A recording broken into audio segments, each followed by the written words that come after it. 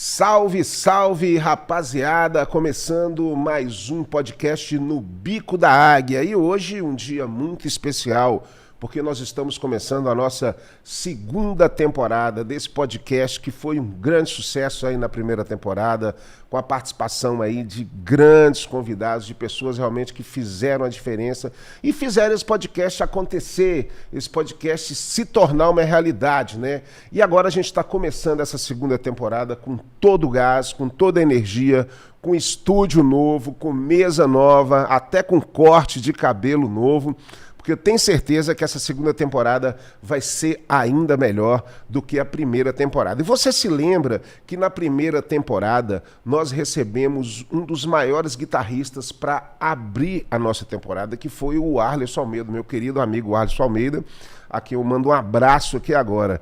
E show, você sabe, às vezes começa com solo de guitarra, mas hoje o show vai começar diferente, porque eu tenho a grande honra de estar recebendo aqui como meu primeiro convidado dessa temporada, o meu amigo, professor e grande baterista, Marco Neves. Marco Neves, que prazer, cara, estar trazendo você aqui para abrir essa segunda temporada.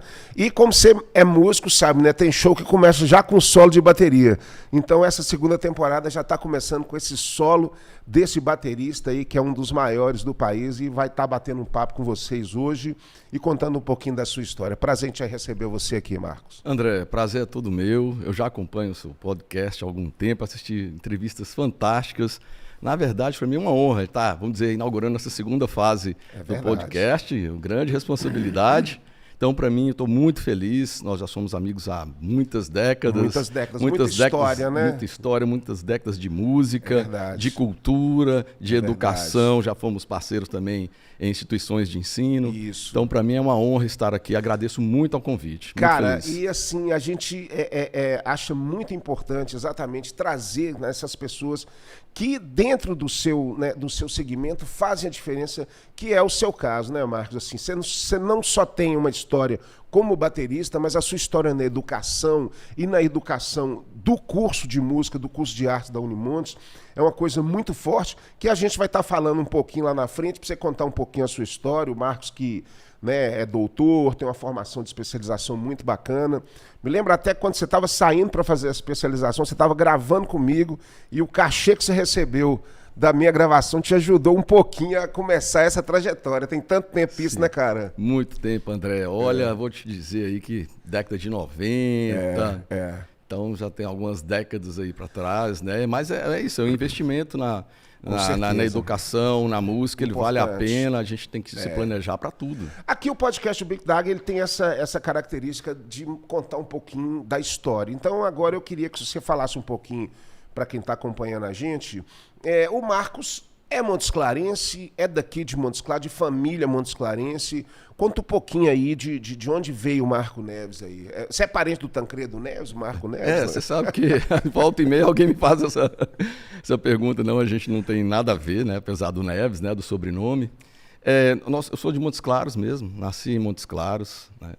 Nasci ali no final da década de 60, 1969. Você é de 69, cara? 69, você é mais velho no que auge eu, ali daquele rock, eu sou né? de 71. Você conhece ali da década de 60. Eu sou de Montes Claros, sim, e vivi a minha vida inteira aqui até chegar no momento que eu fui para Belo Horizonte, ali no finalzinho da década de 80. Aqui em Montes Claros você estudou no Marista, no Biotécnico, como é que foi? Eu lembro que a gente estudou no Biotécnico uma época, sim, não foi? Estudei nessas duas instituições que você se refere, no Colégio Marista e no Biotécnico também, né? Então, para mim, foi muito bom ter passado por essas instituições. Não só, estudei em outra também. E foi um período muito bom, esse período da educação. Eu me lembro que eu gostava de me envolver com os grêmios escolares, a gente fazia apresentações musicais. Cara, todo mundo acho que começou com essa coisa de grêmio. Os grêmios eram muito importantes, né? Então eu acho que o pessoal hoje, nas escolas, ainda fazem os festivais. Eu acho que precisava muito disso. E tem que dar uma resgatada nisso, que é muito importante, né? Você voltar a trabalhar a música, a cultura nas escolas. A gente tem uns projetos que a gente tem acompanhado aí em algumas instituições. Eu, como sou professor de estágio também na Unimontes, a gente vai, digamos assim, chegar lá, mas eu percebo que as escolas estão aos poucos retornando com essa questão da música, né? Isso é fundamental, né? Pois é, e assim, isso acaba melhorando a formação do próprio indivíduo, né, cara? Porque a gente, assim, vê hoje um mundo tão cheio de coisas absurdas acontecendo, pessoas com pouca sensibilidade, muita violência, agressão às mulheres e tudo. E talvez é uma pessoa que passou por situações também complicadas para estar dessa forma. Mas, assim, quando ele tem um acesso a incentivos artísticos, a questões de experimentações artísticas, eu acho que a gente aguça mais essa sensibilidade para transformar numa pessoa melhor, né, Marco? André, sem dúvida, o jovem precisa se expressar de alguma maneira. A arte, a música, de forma geral, é uma excelente forma para você permitir a esse jovem que ele se expresse, né? Quanto mais cultura na escola, menos violência. Eu acredito. Né? Eu acredito a formação ampla do indivíduo é muito melhor quando você tem a cultura junto, a cultura crescendo ali junto com a educação. Então, absolutamente é fundamental. E Montes Claros, assim, você hoje como professor, mas foi aluno, ele tem esse diferencial que é o conservatório, que eu acho que todo mundo passou pelo conservatório, né? Assim, o conservatório é aquela entrada. Às vezes o cara vai para ficar até 2, 3 meses, mas passa pelo conservatório. Mas o conservatório é uma escola de arte, uma escola de música, que já brotou muita gente boa dali, muita gente talentosa, que continua fazendo. Então, eu acho que Montes Claros tem essa engrenagem cultural muito pelo conservatório. Você também passou por lá, né? Sim, passei. Na verdade, eu comecei a tocar bateria assim, entre 14 e 15 anos de idade. Mas aos 10 anos eu já tocava percussão. Tínhamos no bairro onde eu morava a banda Zona Sul de Carnaval. E ali eu já tocava caixa, surdo, reco-reco, já tocava... A gente fazia os desfiles daquelas escolas de samba. Uma escola mirim, né? Então era muito bom, que era uma escola coordenada por um pai de um grande amigo meu que também é músico, né? Então ali a gente já tocava percussão, já desenvolvia em todos os questão da cadência rítmica do samba, né? Então, aqui para mim foi uma escola muito importante. 15 anos eu comprei a minha primeira bateria e comecei de fato a tocar. Já no finalzinho da década de 80, 88, eu fui para Belo Horizonte, formei uma banda lá, que é o Virla Lise, que também a gente vai falar nesse assunto. Um tempo depois eu retornei para Montes Claros e fundei assim, a escola me convidou para ser o primeiro professor de bateria da instituição. Não tinha o ensino de bateria em Montes Claros. Em 1996, em fevereiro de 96, nós fundamos no conservatório o primeiro curso de bateria, né, na disciplina instrumento bateria. Então esse evento que a gente vai falar também, que você faz lá na frente do encontro de bateria, muitas crias já começaram ali naquela época, né? Sem dúvida, porque isso para a gente foi importante. Eu me lembro muito bem que o curso de bateria no conservatório, nós tínhamos a época das inscrições, e às vezes a gente tinha 200 um pouco mais de 200 inscritos para fazer o curso de bateria. Então o curso ele se consolidou. Hoje não sou mais professor de lá, temos outros excelentes professores, né? Mas o curso hoje ele está consolidado no conservatório e eu me orgulho muito de ter feito parte desse processo. Na verdade, o conservatório é uma instituição que Montes Claros deveria abraçar com muito zelo, com muito carinho, com muito amor. Eu costumo dizer que Montes Claros tem, vamos dizer, culturalmente falando, tem duas histórias. Uma antes do conservatório e outra depois. O conservatório acabou de fazer 60 Eu acho que é um diferencial enorme e, assim, a gente é muito carente, nós não temos um teatro, nós não temos incentivo para expressões, assim, com mais, vamos dizer, respaldo do poder público, né? Eventos, shows em praças, shows nos lugares, porque acaba que eles sempre olham a cultura sempre em último lugar, com menos investimentos e tudo, que a gente sempre acha que não deveria ser. Mas Montes Claros é um celeiro grandioso de talentos e, lógico, esse link com o conservatório é importante. Mas eu quero voltar lá atrás, antes de você ir para Belo Horizonte, que é exatamente o seu encontro com a moçada, com o Marcelo, com o Mardey, com o Marcelinho, que aí vocês formaram o Clamídia. Aí você se lembra que a gente participou na época dos eventos do Rock da Cidade aqui em Montes Claros. Fala um pouquinho dessa época e assim, como é que foi ali encontro com essa moçada e fazer aquele movimento, porque assim, a gente aqui em Montes Claros realmente achava que a gente estava em Seattle, velho. Era uma coisa, uma loucura. A gente entrava numa atmosfera assim que as bandas tinham público, tinham eventos grandes, os cinemas lotavam, a gente se sentia mega astro, popstar naquela época, né, Marquinhos? Sim, era verdade. Foi uma época muito boa, né? Onde o rock, né? O pop rock naquela época influenciava música no mundo inteiro, né? Então nós colhemos muito desse momento importante.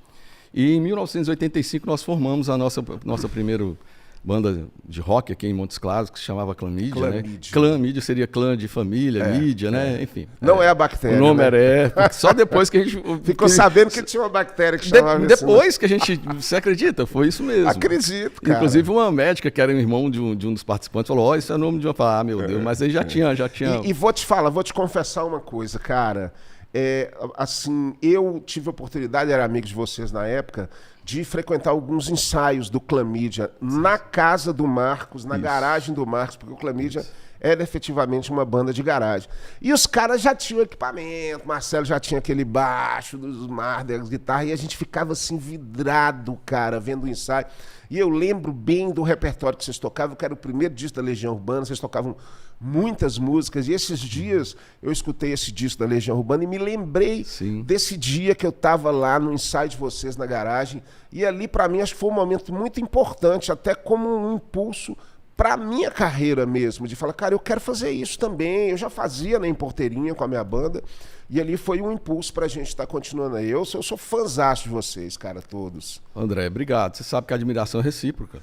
Eu lembro que você ia nos nossos ensaios e depois também a gente foi assistir os ensaios da sua banda, né? É verdade. Vocês também foram para Belo Horizonte mais ou menos na mesma época que nós fomos, né?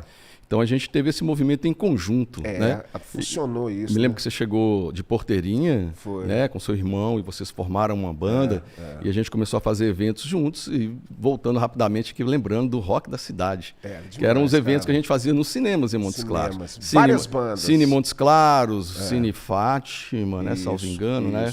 Não existem mais, né? Esses cinemas, né? Foi, né, cara? E a gente fazia esses eventos com outras bandas de rock em Montes Claros. Era um pequeno Rock in Riozinho, assim. Né? Exato. E era bom que ali a gente fazia contato com outras bandas, conhecia os músicos de Montes Claros e cidades circunvizinhas, né? Exatamente. Montes Claros, como um grande polo cultural, atrai músicos, né, de várias cidades, a gente sabe disso, né? Com certeza. E então foi uma época muito, muito importante para a gente. Nós desenvolvemos essa forma de fazer o nosso rock de maneira muito pessoal durante toda essa década de 80, né? Nós começamos. O Clamídia foi formado em 2015, né? 2015. E você que chegou de Porteirinha para cá... Não, 2015 não, foi antes.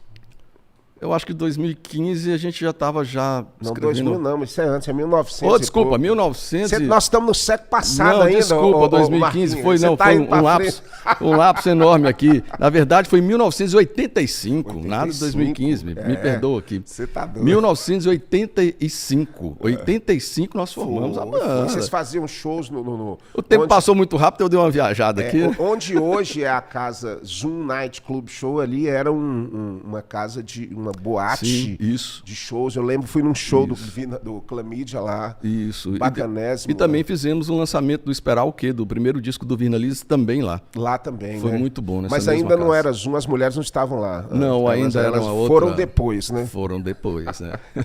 Mas aqui, falando então dessa ida, porque é muito interessante que a gente realmente, assim, jovens terminando o ensino médio, a maioria deles indo atrás do curso de medicina, muita gente foi fazer medicina e tudo, mas a gente fazia parte desse grupo que a música era muito presente. A gente meio que ia para fazer faculdade, mas queria mesmo era estar fazendo música, que foi o que a gente fez. E aí você foi para BH, e aí realmente a coisa aconteceu com o Virnalize, né, Marco? Porque você já tinha essa base, você, Marcelo e Marder, foram juntos, moravam juntos. Inclusive, a gente se encontrou. Mas eu trouxe Marcelo aqui, a gente bateu um papo, falamos muito sobre essa época. E era uma época que a gente encontrava muito. Inclusive, o meu cunhado, hoje, Renato, morava com vocês lá. Eu nem imaginava que ia casar com a irmã dele. Sim. E era, assim, uma época de muito encontro. E ali vocês encontram ali o César, o Ronaldo Gino e tudo, e formam essa banda que foi uma das maiores bandas da história do rock de Minas. Assim, fez uma história muito bacana, uma história curta, mas uma história de grande presença. Você falou que participou do primeiro disco, mas como é que foi o surgimento do Clamídia? Então nós resolvemos ir para Belo Horizonte. Eu, Marcelo de Paula, o Marden e o Marcelo Pires, que tocava o teclado também conosco. Naquela época a gente tinha o tecladista, né, que era o meu grande amigo Marcelo Pires. Nós fomos para Belo Horizonte, o Marcelo Pires decidiu, portanto, não seguir com Ele tinha outros projetos, né? Fez muito bem, que hoje é um grande empresário da área de... Sim, um grande construtor. Inclusive, quero convidá-lo uma hora para bater um papo aqui com o Marcelinho, é um cara que faz a diferença aí também. Você vai adorar, é um grande profissional, um grande amigo, pessoa realmente maravilhosa, muito né? Bacana. Fomos para Belo Horizonte e lá nós conhecemos o César Maurício e o Ronaldo Gino. Isso. São grandes músicos de Belo Horizonte, né? E resolvemos, a partir daí, fazer um ensaio para ver, vamos dizer, o entrosamento, né? E dali, de imediato, a gente já sentiu que poderíamos seguir um projeto em conjunto. E aí, né, portanto, nós montamos a banda Virna Lise, já em Belo Horizonte. Já em BH. Né? Isso. Aí começamos a ensaiávamos no estúdio na casa do Ronaldo Gino, no bairro Jardim América. Ele tinha um estúdio na casa dele, nos fundos, assim, vamos dizer, né? E aí lá nós ensaiávamos.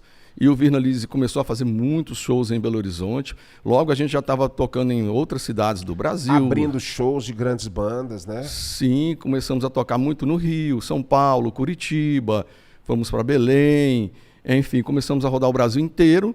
E chegou no momento que nós já tínhamos as músicas autorais, recebemos aí o convite de um produtor, né, da gravadora Tinitos, o Pena Schmidt, que fundou a gravadora Tinitos. Ele pegava essas bandas, vamos dizer, underground, vamos dizer, que estavam começando naquela finalzinho de 80, início de 90, e ele aglomerou várias bandas muito legais, inclusive, e começamos, portanto, a gravar pela Tinitos. Gravamos 2 discos com Tinitos. Um disco que tinham 2 músicas de todas as bandas, uma coletânea, e depois gravamos o disco Esperar o Quê? Esperar o Quê? Em vinil ainda, né? Vinil. Na época do vinil, né, cara? Na época do vinil, com certeza. Olha só. Na época do vinil. E aí o Esperar o Quê abriu realmente muitas portas, né? Fazíamos entrevistas para jornais do Brasil inteiro, participávamos de maneira mais efetiva daquela antiga... a revista Bis, né? Participávamos das eleições, né? Das bandas, das votações, melhor e ali dizendo, você, né? Então foi um período muito produtivo esse. Você como baterista, né? Você como baterista nato, foi o momento realmente de desenvolver mesmo o seu trabalho, porque você estava fazendo aquilo apenas assim, né? E tocando e exercitando. E tem uma curiosidade interessante que... e é bacana falar isso, porque um dos maiores bateristas do Brasil, que é o João Baroni, publicou em revista referenciando a você como um dos maiores bateristas que ele já viu. Ou seja, naquela época você já chamava atenção como instrumentista, né, Marco? Assim, como a gente foi fazer alguns shows, né? Nós chegamos a tocar com o Lobão, com os Titãs, né? E depois eu vou contar uma história até interessante, que o disco Esperar o Quê nós gravamos no mesmo estúdio, né? E eu usei a mesma bateria que o Charles Gavão usou para gravar a Cabeça de Dinossauros, que é simplesmente... E eles estão voltando agora, né? Imperdível, né? Essa nova turnê dos Titãs. E também tocamos com os Paralamas do Sucesso, e graças a Deus, nessa época eu recebi vamos dizer, uma crítica muito construtiva ao meu trabalho, que foi do João Baroni, que para mim é uma influência fortíssima, né? Para mim e para todos esses bateras aí da década de 80 e 90, início de 90, né? Então, realmente, eu me sinto honrado, né, com a consideração do João Baroni. Depois de um tempo, a gente manteve até um contato. E, então, para mim, é uma felicidade, né, poder ouvir outros bateras falando um pouco do meu trabalho, né, porque é um incentivo enorme para a gente. Lógico. O Charles Gavan, o baterista dos Titãs, o João Baroni dos Paralamas, são bateras que a gente cresceu. O Guto Goff esteve aqui em Montes Claros. Esses dias eu postei uma foto minha do Guto Goff e os caras compartilharam no negócio do Barão lá. Sim, isso é muito bacana, porque quando o Guto Goff esteve aqui, ele estava fazendo uma pesquisa sobre os catopês de Montes Claros. Ele está fazendo essa pesquisa, uma pesquisa que recebe apoio, né? E quando ele esteve aqui, nós nos encontramos e nós fizemos uma entrevista. Ele me perguntou sobre a história mesmo dos catopês, e passamos aí uns 2, 3 dias. Ele é ótimo, circulando, fazendo essas entrevistas com o pessoal dos catopês, e foi um material muito interessante que ele pôde captar aqui para a pesquisa dele, né? E Guto Goff é outro batera que a gente faz uma grande referência, a batera do Barão Vermelho, né? E que foi baterista de grandes clássicos do rock pop brasileiro. Embalou, né? Demais. Então... Mas aí, cara, você tá no Virna Lise lançando o primeiro disco, aquele ego, né, subindo, porra, agora virei roqueiro, popstar. Aí você sai da banda e resolve dar uma guinada na sua história, assim, falar, não, beleza, essa experiência aqui, pra mim já não dá, eu quero fazer a minha história de outra forma. Como foi pra você? Foi uma decisão difícil? Porque pra mim eu imaginaria que seria muito difícil tomar uma decisão dessa. Os pais, né, sempre querem, não, meu filho tem que trabalhar, tem que isso, tem aquilo, tem que estudar, mas o sonho da música é um negócio muito forte pra gente. E você tomar essa decisão de cabeça fria, de uma forma assim, de saber que você estava vendo os caras, porque depois você ainda viu o Vinalize estourar um pouco mais, você fazer mais discos e acontecer mais, e eu sei aqui em Montes Claros, assim, tipo, trabalhando, estudando. Como foi isso para você? Correto, André. Assim, essa mudança, essa opção por retornar a Montes Claros e seguir um outro caminho, a gente sabe que não somos nós que escolhemos a música nos escolhe, né? Então essa ligação que a gente tem com a música é muito forte. Mas foi uma decisão que eu tomei, ela nem teve uma ligação direta com família, vamos dizer assim. Para mim foi difícil por causa da questão da amizade. Eu investi muita energia no projeto do Virnalize, muito tempo da minha vida, foram aí 6, 7 anos assim, com o Virnalize propriamente dito, né? E chegou no momento que eu realmente sentia falta de seguir, por exemplo, estudando a bateria como um instrumento. Resolvi estudar outros gêneros musicais. Eu gostava muito de ver os bateristas de jazz, por exemplo, e senti vontade de me aprofundar em outros estilos musicais como baterista. Sim. E aí resolvi também seguir na graduação, na pós-graduação, essa parte mais da educação. Perfeito. E tomei essa decisão. Foi difícil, né? Porque era uma amizade que a gente tinha. Mas foi uma decisão ao mesmo tempo muito importante. Pensada, né? Pensada. Não foi nada da noite para o dia de rompante, não. Eu já vinha comentando com eles que, olha, eu acho que eu não vou poder seguir muito tempo, eu estou pensando em outras situações, mas sempre desejando que a banda seguisse o caminho, né? Como assim foi feito, né? O Virnalize fez muito sucesso também após a minha saída e fizeram um trabalho sensacional. E então a decisão foi assim, eu vim para Montes Claros, já pensando em outro planejamento. E aí você já veio para estudar, fazer o curso de música? Para estudar. Eu já fazia psicologia em Belo Horizonte, praticamente quase me formei em psicologia. Eu não sabia. Sim. Que legal. E optei, portanto, por fazer a música, já que naquele momento eu não estaria tocando já com a banda. Foquei bastante na educação, fui fazer o curso de música na Unimontes. Depois eu segui com a pós-graduação, depois eu fiz o meu mestrado em música na Universidade Federal da Paraíba. Aí você investiu na sua graduação, na sua parte acadêmica mesmo. Você fala assim, cara, eu vou agora investir o meu tempo, a minha dedicação, porque é uma dedicação, é muito estudo. As pessoas acham assim, não é músico, é pegar o violãozinho, é pegar o negócio e tocar. Cara, é muito mais complicado do que outra coisa. Você tem uma dedicação para uma pós-graduação em música ou qualquer coisa nesse sentido, né, Marco? André, sem dúvida nenhuma, né? A educação na área musical ela é muito importante. Nós incentivamos muitos músicos, assim, pessoal adolescente, a galera que está começando na música aqui em Montes Claros, que a gente sempre tem contato com eles, né? A gente sempre incentiva também buscar uma educação, vamos dizer, formal em música. Porque você só ganha fazendo uma graduação em música. Não perde absolutamente nada. Mesmo que você queira ser um músico que queira gravar discos, não queira ser professor, a formação só vai trazer benefícios, isso aí sem sombra de dúvidas, né? Com certeza. Então eu fiz a graduação em artes, habilitação em música, fiz uma pós-graduação lato sensu, depois eu fui fazer um mestrado em música na área de etnomusicologia. E aí é esse mestrado lá do Nordeste que você fez? Exatamente, na Universidade Federal da Paraíba, UFPB. E aí sim eu fui conhecer grandes professores, grandes orientadores. Você morou quanto tempo na Paraíba? Eu morei 2 anos em João Pessoa. É? Sim, uma cidade absolutamente maravilhosa, conheci grandes músicos, professores que são O conhecidos. povo é meio brabo lá na Paraíba ou não é um povo sossegado? Não. O povo fala que o povo é nervoso lá na Paraíba, não, né? Não, pessoas super acolhedoras. Paraíba masculino, o povo fala. Sim, tem esse... é um mito, Esse assim, mito, né? Tá tudo bem, algum fundo de verdade, né? São pessoas com muita fé e isso traz a eles essa característica, né? Forte, né? Característica muito forte, é um povo culturalmente falando muito presente, né? Então eu aprendi muito sobre a cultura nordestina, conheci outros bateras lá, um amigo meu, Gleidson Meira, que é o baterista do Chico César, por exemplo. Nós fizemos um mestrado juntos, que né? Bacana, Marco. E somos amigos, e então isso ajudou também nesse sentido.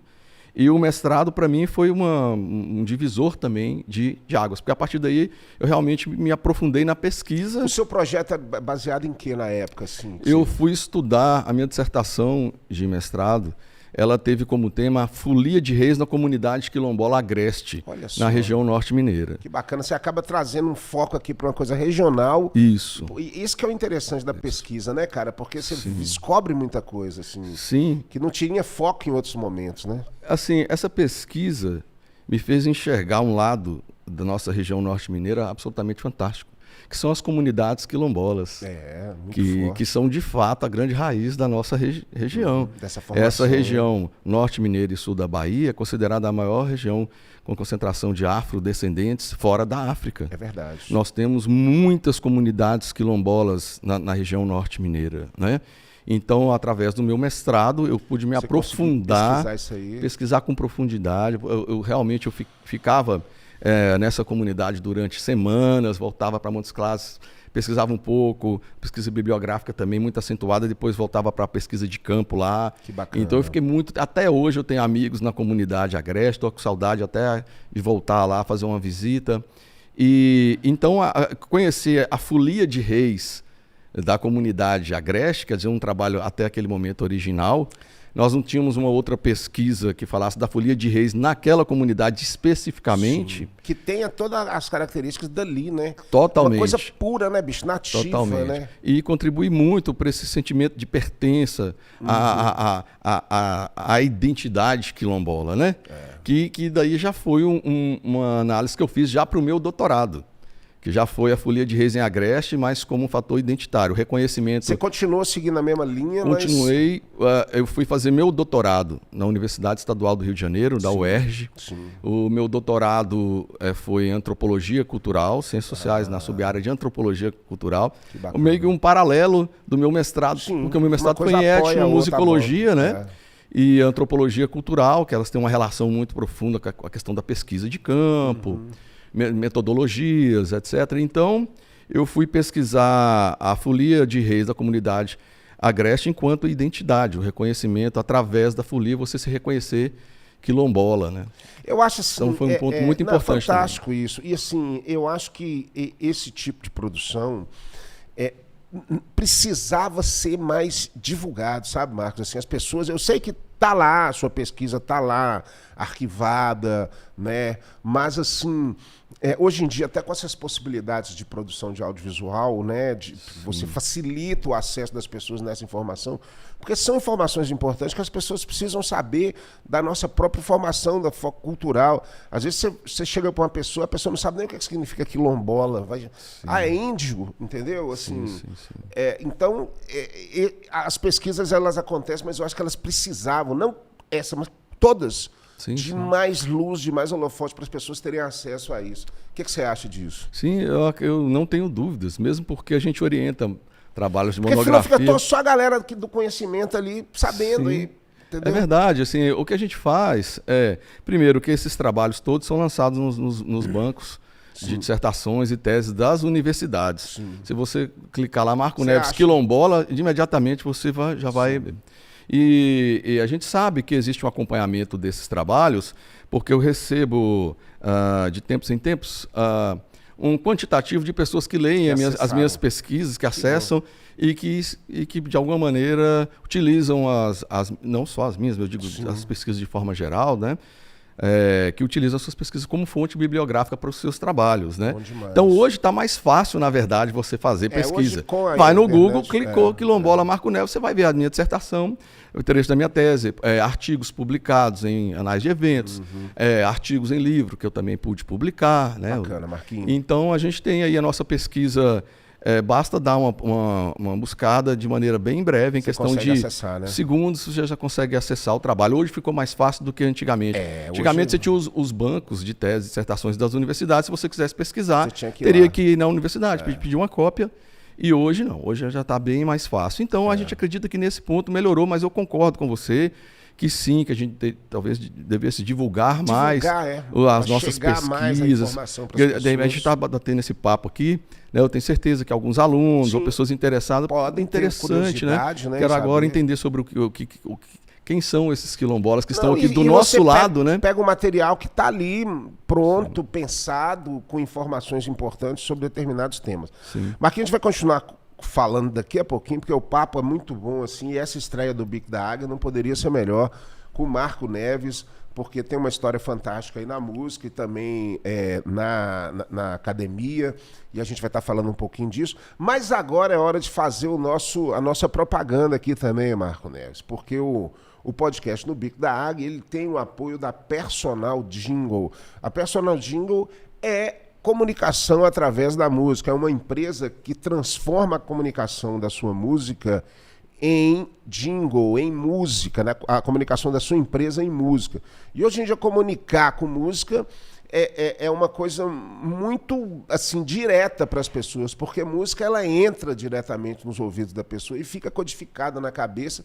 Estou aqui falando com um professor de música que não me deixa mentir, o poder de comunicação da música é algo absolutamente fantástico. Então você que tem uma empresa que quer comunicar, quer colocar um jingle na cabeça das pessoas, você pode entrar no site da Personal Jingle, personaljingle.com.br e solicitar a produção de um jingle para a sua empresa. E a Personal, ela tem uma característica interessante também, que ela não produz apenas para a empresa, porque as pessoas também precisam de música. Então você vai ter um chá de revelação do seu filho, você pode fazer uma música para fazer esse chá de revelação, ou um aniversário, ou uma formatura, ou seja, tudo pode usar a música como comunicação. E especializada em comunicação por música é a Personal Jingle, que já está aí no mercado há muitos anos, que tem muitas coisas aí no mercado publicitário.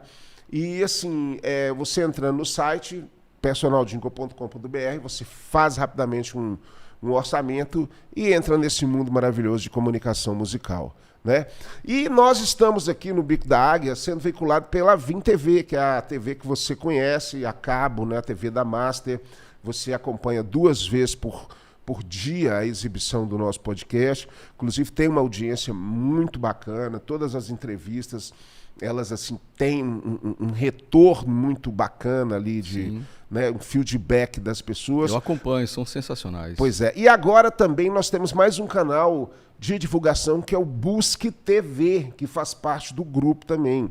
Então na Busque TV é esse novo projeto aqui vinculado à Vim TV, onde teremos aí várias produções de podcasts, de programas independentes, uma nova TV para um novo tempo. Então você pode acessar a Busque TV e acompanhar aí a melhor programação regional aqui de Montes Claros, onde a gente conversa com as pessoas, mostra o que está acontecendo aqui na região, né? E é um projeto muito bacana que você pode abraçar também. E você que tem interesse em patrocinar o podcast no Bico da Águia, você pode entrar em contato com a nossa produção aqui pela Busque TV e solicitar o patrocínio, que você sabe que a gente vai estar falando da sua empresa aqui e chega a muitas pessoas. Então você divulga a sua empresa aqui no podcast Bico da Águia e é sucesso garantido. Como é o Marco Neves, esse sucesso garantido também volta para Montes Claros e aí você já começa a dar aula na Unimontes, já começa como professor do curso, você sai de aluno, se forma e para ser professor você precisa ter o mestrado para entrar na Unimontes. Aí você já começa a sua trajetória na Unimontes. Quando você começou lá? Eu comecei na Unimontes em 2006. Olha, em 96 eu iniciei no conservatório como professor de bateria, que a gente... Sim, você tinha falado. Nós fundamos o curso lá e em 2006 eu fui para Unimontes. Fui para Unimontes como professor do curso de música. Estou lá até hoje, sou professor, né, do curso de música da Unimontes, com muita honra. Uma universidade também que é um divisor de águas, né, na nossa cidade, na verdade, em toda a região norte mineira, né? Então, com muito orgulho, eu estou como professor no curso de música da Unimontes e lá eu iniciei em 2006, em fevereiro de 2006. E estou lá desde então, né? Já são aí uns 15 anos de Unimontes. Né? 15 anos de Unimontes, 15 anos de Unimontes. E aí você hoje, você coordena o curso? Já foi coordenador? Como é que funciona? Sim, eu já fui chefe do departamento por 2 gestões consecutivas, né? Durante um tempo e foi um período muito bom para mim. Eu acho que essa etapa de gerir, trabalhar na gestão, das instituições é muito importante. A gente aprende trabalhar com essas situações de ordem mais administrativa. São tão importantes também como estar em sala de aula, né? E foi um período muito importante para mim. Eu, como chefe de departamento, eu tive acesso a todo o corpo administrativo da universidade. Isso, para mim, eu aprendi muito com todos os pró-reitores, com o reitor, enfim, todas as pró-reitorias, né? Todo o setor da secretaria. E foi um período muito importante também para mim, esse período que eu fui chefe do departamento de artes, né? O departamento de artes, até para a pessoa ter essa informação, né? Pessoas que têm interesse em fazer isso, ele é dividido em alguns cursos. Você tem música, você tem teatro. Como é que funciona esse departamento de artes da Unimontes? Isso, o departamento de artes da Unimontes, ele tem 3 cursos: artes visuais, música e teatro. Então, abarca as 3 áreas, né? Então, quem tem interesse ou nas artes visuais pode procurar o departamento de artes, procurar saber as épocas de entrada, né? Tem a questão do vestibular do SISU, né? Enfim, procurar saber. E quem tem interesse também no teatro, né? Tem um curso de teatro, quem quer ser ator, atriz, né? E no meu curso é o curso de música, que é um curso também que tem muitas produções, né? O curso de música da Unimontes está cada vez melhor. Inclusive vem professores de fora também, né? Para contribuir com esse curso, né? De outras cidades, né? Sempre. Nós sempre organizamos eventos, fóruns, seminários, congressos, que a gente conta com participação de professores do Brasil inteiro, de todas as regiões do Brasil. Eu acompanhei bem de perto o curso de música, porque o meu filho acabou recém-formado no curso de música, seu aluno lá. Sim, sim. E eu acompanhava ali a dedicação dele em participar, né, de tudo que estava acontecendo. E ele sempre foi bem participativo ali. E eu vi como o curso de música ele entrega realmente muitas coisas, né? Sim, sim. Eu acho que o curso de música, como eu te falei, ele está sempre buscando melhorar, né? Nós temos uma nova estrutura de curso agora e parabéns para o Lucas, que formou, né? Um egresso da nossa universidade com muito orgulho. Desejo sucesso ao Lucas, né? Excelente aluno.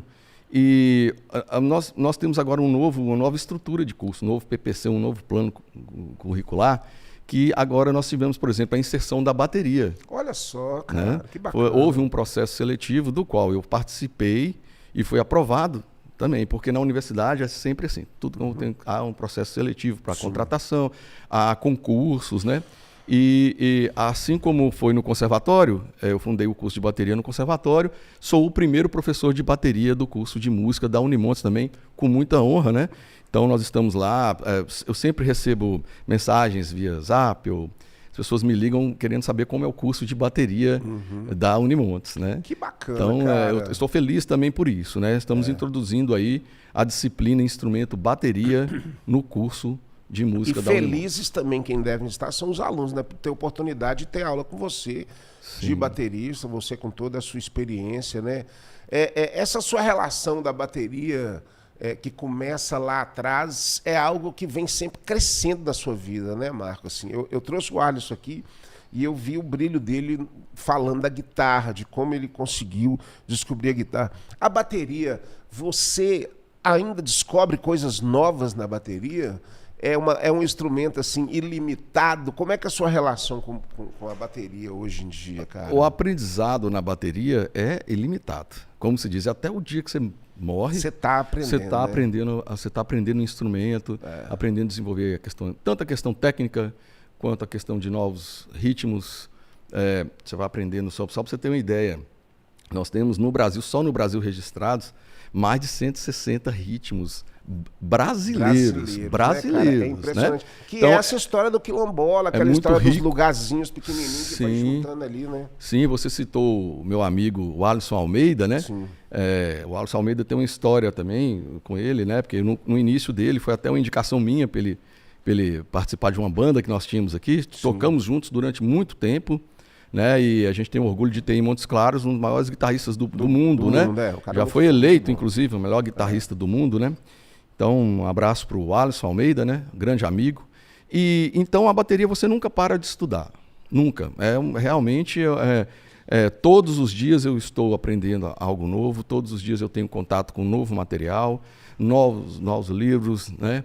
E eu gosto muito de participar de eventos com os bateristas do Brasil inteiro e de fora do Brasil, como eu já tive oportunidade de participar. Agora mesmo acabamos de fazer o 5º Encontro Nacional de Bateristas. Nós vamos falar sobre ele, que é um projeto super bacana, né?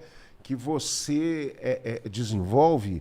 E assim, a bateria, ela é um instrumento grande. Ela é um instrumento que eu me lembro na época que eu fazia os shows na banda, que o baterista se lascava, porque todo mundo, o cara da gaita pegava a gaita, colocava no bolso assim, tchau, tô indo embora. E o baterista, me ajuda aí, velho, vamos colocar no carro aqui. E geralmente era um carro pequeno, que você tinha que colocar aquela bateria ali apertada, com tudo, para desmontar. Ou seja, é sacrificante, né, a vida do baterista por causa do peso, mas também... Quando tá no palco, quando tá no show, ela tá no centro e ela, assim, um show sem bateria, cara, ele perde muito, porque ela é a pulsação, né, velho, do negócio, é o coração batendo. André, eu concordo 100%. Sou suspeito, obviamente, para falar. Mas eu concordo 100% que a bateria é, de fato, o coração da banda. E nem sou eu, como baterista, que digo. Né? Eu tenho amigos guitarristas, baixistas, pianistas, né? Que eles sentem muita falta da bateria, né? Nos shows. Né? A bateria, de fato, é um instrumento grande, é um instrumento que ocupa espaço, que demanda todo um planejamento também para você ter a bateria.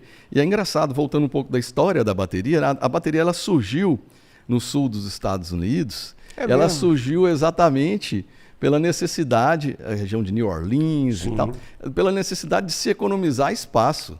Naquela época você tinha aquelas bandas itinerantes que viajavam de região em região, fazendo apresentações, e eles usavam, cada músico tocava um instrumento daquele de percussão, é como se fosse uma fanfarra, né? Todo mundo conhece uma fanfarra, são vários, e era complicado levar aquele aí tinha que quantidade enorme, né? De músicos, então passou um músico só ou dois, tocar em 2, 3 tambores, e a bateria surgiu a partir dessa ideia, quer dizer, surgiu a partir da economia de exatamente procurar economizar espaço.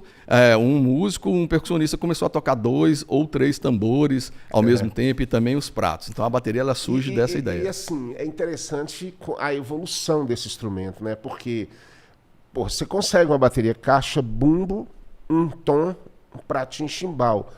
O cara faz... ele vai. Agora, hoje em dia, tem bateria, bicho. Tem umas bandas de metal que o negócio tem 20 tons, 2 bumbos.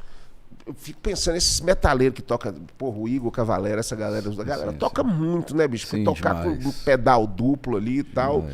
Então, a bateria, ela se tornou uma coisa, assim...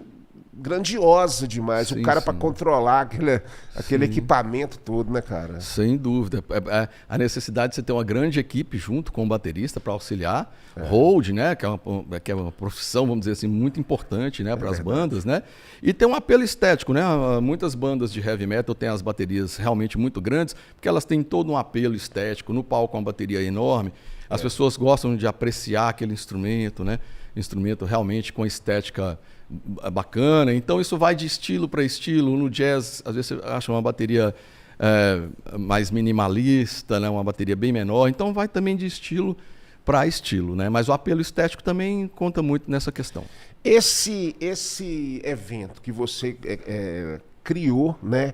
O Encontro de Baterias, como nasceu essa ideia sua, que para os outros é maluca, né? O cara para uma avenida, coloca 300 baterias uma do lado da outra e todas tocam junto. Aí você fala, cara, que é isso? Isso é um espetáculo.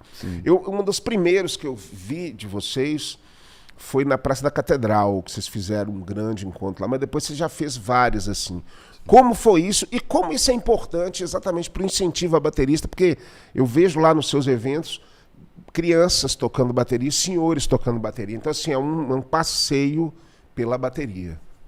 André, eu tenho 2 projetos. Um deles é esse que você está se referindo, que é o Bateras na Praça. Na Praça. O Bateras na Praça, nós aglutinamos bateristas de Montes Claros e de várias cidades do norte de Minas. Às vezes até de outros estados, quando a gente faz uma apresentação muito específica. Então, o Bateras surgiu quando eu fui participar de um evento que chama Bateras do Brasil, algo assim, que é um evento coordenado por um baterista de Brasília, que hoje está radicado em São Paulo, que chama Dino Verdade. Ele é dono de uma escola, né, uma franquia que chama Bateras Beat. E eu fui em Brasília para ter umas aulas de bateria, na verdade. Chegando lá, eu participei desse encontro de bateristas que ele fez. Sim. No estádio Mané Garrincha. Coincidiu com o final da Copa do Mundo, que o Brasil, inclusive, ganhou. Então foi uma festa maravilhosa, né? Tocamos no espaço do estacionamento do Mané Garrincha. Esse dia realmente tinham 300 bateristas, né? Com participação de outros grandes bateras também, o próprio João Baroni, o Igor Cavaleira do Sepultura participou desse evento. Eu achei aquilo fantástico. Falei, olha, eu vou reproduzir essa ideia em Montes Claros. Aí cheguei aqui, já mandei a mensagem para um, para outro. Começamos absolutamente sem nenhum... Fomos para o coreto da Praça da Matriz, sem pretensão. Juntamos 8, 10 bateras. Eu acho que eu me lembro desse primeiro. Fizemos o primeiro. Aí, o que aconteceu? As pessoas começaram na praça, a circular o coreto da praça e assistir, a fotografar e a perguntar que é isso, como é que é esse negócio de bateria, quem são vocês, vai ter outro? E crianças, adultos, mães, famílias, né, inteiras assistindo o evento. Então nós tivemos a ideia depois de fazer um segundo, um terceiro, e nós fizemos, na verdade, o Bateras na Praça já fez 10 apresentações. Já tivemos 10 edições? 10 apresentações, 10 edições. Já tocamos tanto... Uma coisa perene, então, né? Já fizemos esses Bateras na Praça de Natal e Ano Novo, lembrando que são eventos beneficentes. Né? Nós recebemos alimentos não perecíveis, que a gente contribui para instituições que necessitam, né? E já fizemos outros eventos também, como, por exemplo, a Festa do Piqui, e a festa de agosto, né? Ano passado mesmo teve a festa de agosto, né? E você vê, 182 anos de festa de agosto, Foi né? que vocês fizeram na Praça da Matriz, e fizemos que o Arlisson participou também? Exatamente, que o Arlisson. Banda tocando? Esse aí foi a última apresentação do Bateras na Praça. Então o Bateras na Praça está aí, é um projeto que cada vez agrega mais. Essa semana, então, teve o quê? Qual foi o projeto dessa semana? O projeto dessa semana foi o 5º Encontro Nacional de Bateristas. Que não é o Bateras na Praça. Não é o Bateras na Praça. É um encontro de bateristas para debates. Isso, é diferente. A perspectiva desse é diferente. Sempre são 2 ou 3 bateristas. Eu trago de outros estados, de outras cidades do Brasil, para a gente fazer lançamento de livros, workshops, divulgação de produtos, né? E então são eventos muito importantes para a área baterística de maneira geral, para a questão não só da performance, mas para a questão também da própria indústria musical, porque a gente tem apoio de grandes empresas, a gente divulga os equipamentos que a gente usa, né? Eu sou endosser de uma grande fábrica de peles de bateria, né? A melhor pele de bateria do Brasil, com muita honra, eu sou endosser dessa empresa. Pode falar o nome dela. É a Luen. É a Luen. É a Luen, né? Que já é uma fábrica muito tradicional. Se quiser patrocinar, o Bico da Águia está à disposição. Luen também, né? Eles vão assistir. Né? Então, mandar um abraço para a família Luen, né? Com muito orgulho e muita honra, eu faço parte da família Luen. Que bacana. LDH, que é as melhores peles para a bateria do Brasil. E, claro, eu estou em contato com outras empresas também para me apoiar em outras áreas, né? Mas, na verdade, esses eventos tem essa finalidade. São eventos diferentes, porque eles acontecem em lugares fechados. E um assunto bem específico para o profissional baterista, né? Exatamente. Geralmente o nosso público, o público que vai para esse encontro nacional de bateria. Eu chamo de nacional porque eu sempre trago bateristas de outros estados, né? E o público costuma ser exatamente esse público baterista da nossa região, da nossa cidade e região. Esse encontro tinha bateristas de várias cidades da região norte mineira, né? Então, muito importante. Bateristas de Salinas, Brasília de Minas, Francisco Sá, Bocaiúva, enfim, de várias cidades, né? Então, é um evento que agrega também bateristas de toda a região norte mineira. E com essa função aí de discutir bateria, performance, técnica, lançamento de livros, métodos. Cara, e o bacana, Marco, assim, que aqui uma cidade como Montes Claros, né? Que é, com certeza, uma grande cidade, mas que tem esse tipo de assunto, assim, com pessoas especialistas tratando e dando essa oportunidade para as pessoas crescerem e se desenvolverem nisso, né? Que gostam, no caso, a bateria. Ou seja, isso é muito importante para as pessoas que têm essa paixão por bateria, que tocam bateria, participar desse tipo de evento, porque vai estar escutando, por exemplo, vai estar fazendo um feedback com pessoas que trazem outra carga, outras coisas, outras experiências e vão agregar demais, né? Demais. É a chance que você tem, por exemplo, de ver de perto um baterista que você já acompanha o trabalho dele há muitos anos. Exatamente. Então é a chance que a gente tem de trazer esses bateristas para cá. E portanto, a gente tem acesso a esses bateristas, né? A gente costuma assistir os vídeos, esses bateristas tocando com as bandas, fazendo solos de bateria. Todo baterista adora ver os bateristas solando, né? A questão do improviso, eu, quando eu fiz o programa República na Unifip-Moc, o primeiro programa República foi uma entrevista com o João Bosco, o grande João Bosco, que tem um dos melhores bateristas, que é o Kiko Freitas. E aí o programa terminou com um solo de bateria do Kiko Freitas, porque o Kiko, ele fez um solo no show e a gente gravou isso, e aí eu falei, cara, isso aqui tem que ir pro ar, velho. Isso aqui tem que estar lá, terminando o programa. E o Kiko Freitas é maravilhoso, né, cara? O cara é fantástico. Né? O Kiko Freitas, ele foi eleito recentemente o melhor baterista do mundo também. Olha só. Pela Modern Drum. É uma eleição internacional, né? Salvo engano, em 2019 ou 2020, né? Isso é que eu queria até perguntar para você. Quem você acha que são os representantes, que representam realmente a bateria no mundo, os grandes bateristas do mundo? Assim, essa questão de melhores é sempre algo muito complexo. Difícil, né? Assim, existem, de fato, essas revistas que fazem essa eleição, essa votação em todo ano, né? E o Kiko Freitas, já tive a oportunidade de participar de workshops com o Kiko Freitas, né? E, na verdade, isso é muito complexo. Assim, você dizer, olha, na verdade, são muitos, né? Eu cresci ouvindo tantos bateras de rock, como o John Bonham, por exemplo, do Led Zeppelin, que é uma grande influência. Depois, os bateras brasileiros, Charles Gavan, João Baroni, por exemplo. Escola violenta, né? Escola né? do nosso rock Brasil.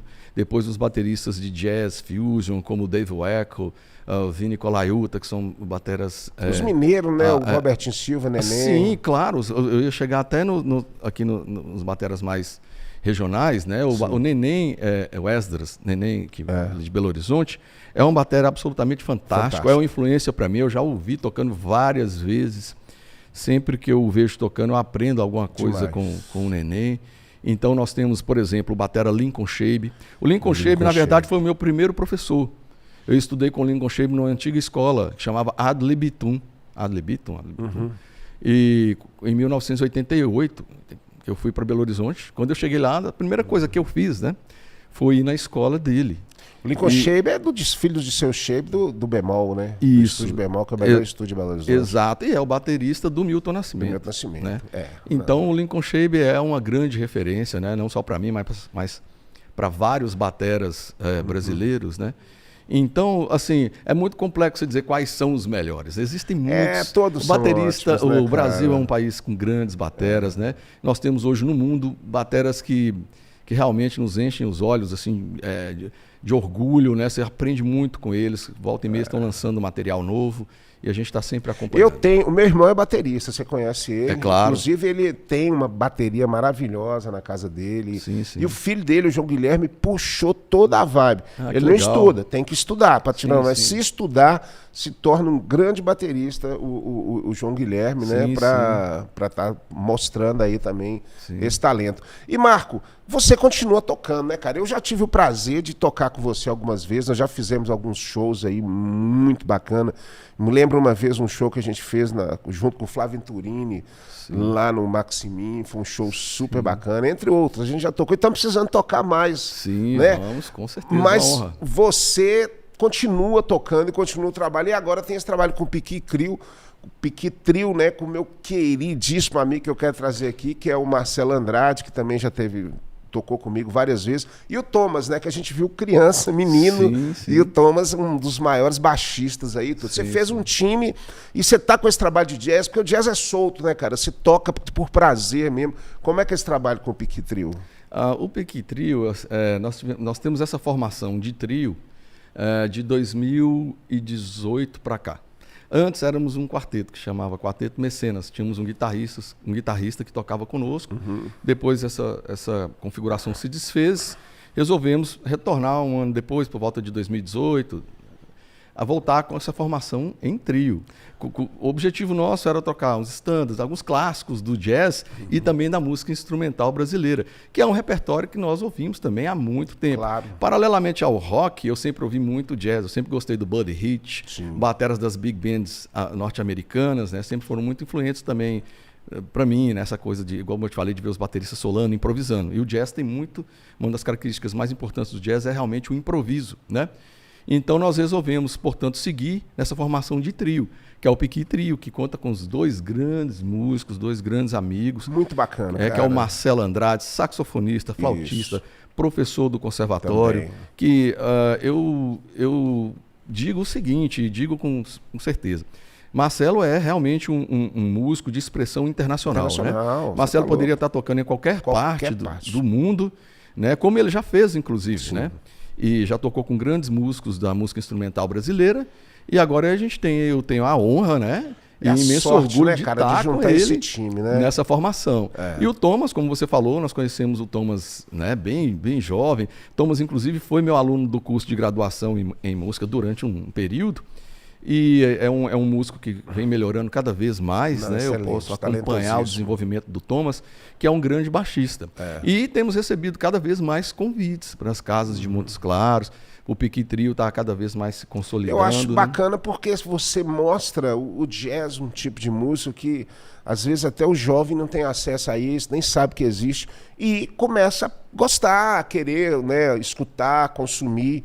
E é o que eu digo, cara, Montes Claros, cidade da arte e da cultura, cheio de artistas, cheio de música, mas a gente precisa sacudir isso aí. Atenção, galera, vamos fazer espaço para tocar, vamos criar teatro. Parece que a Unimontes vai vir com teatro agora, não sei qual a condição desse teatro, mas vai ajudar muito.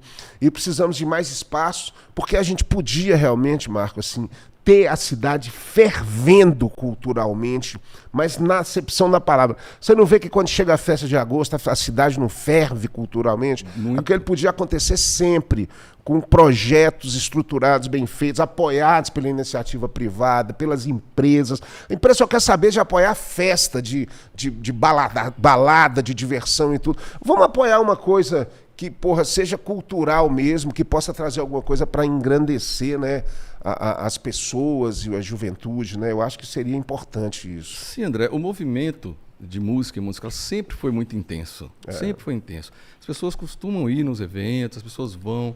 Temos uma série de bandas também de Montes Claros, de rock mais contemporâneos, que estão se despontando também. Temos uma cantora que era da cidade vizinha de Montes Claros, que agora está fazendo um grande sucesso nacional, né? Enfim, Montes Claros também exportando aí para o Brasil inteiro essas novas bandas também, né?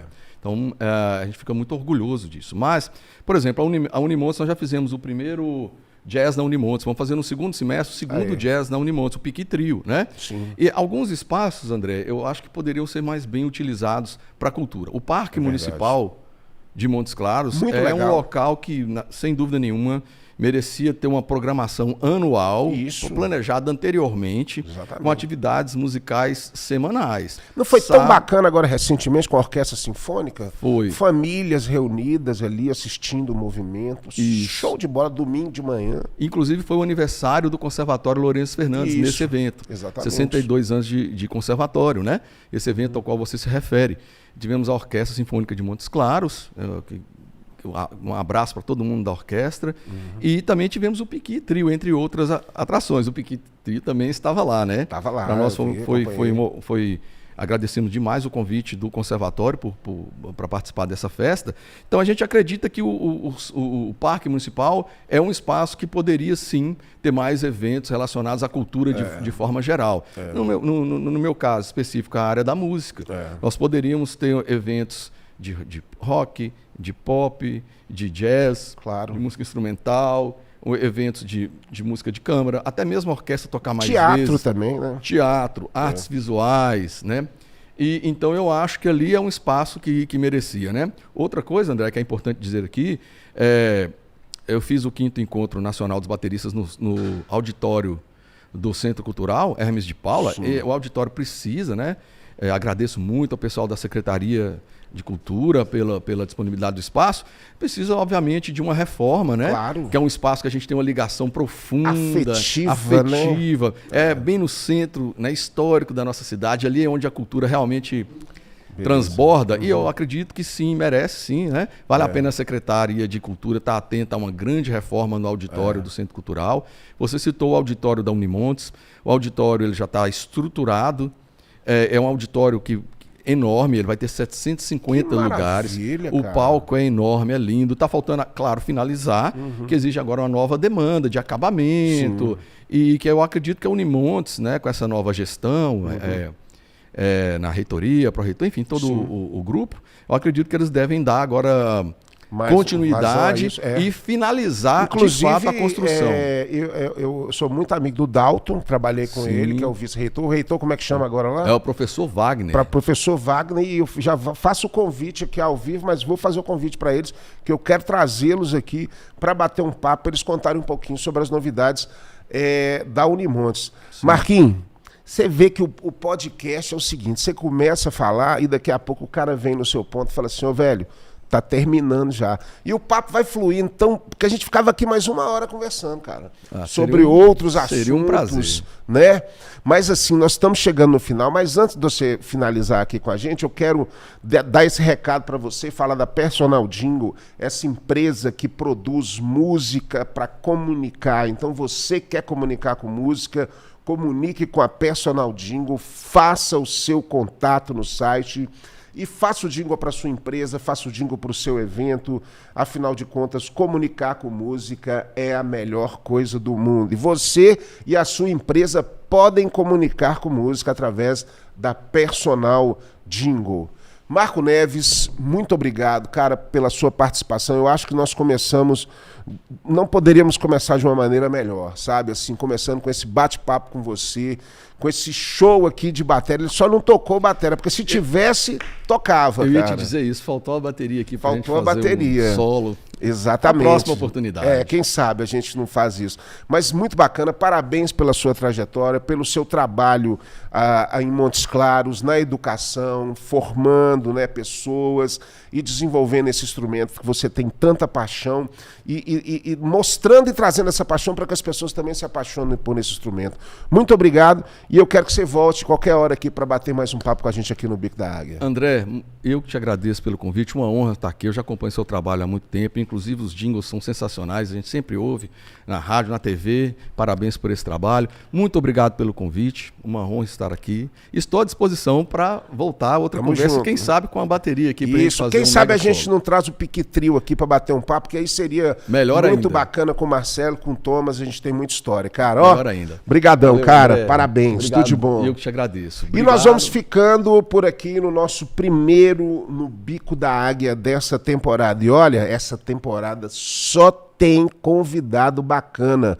Só história legal, você não perde por esperar. Muito obrigado pela sua audiência, pela sua participação. E na semana que vem tem mais um no Bico da Águia para você. Valeu!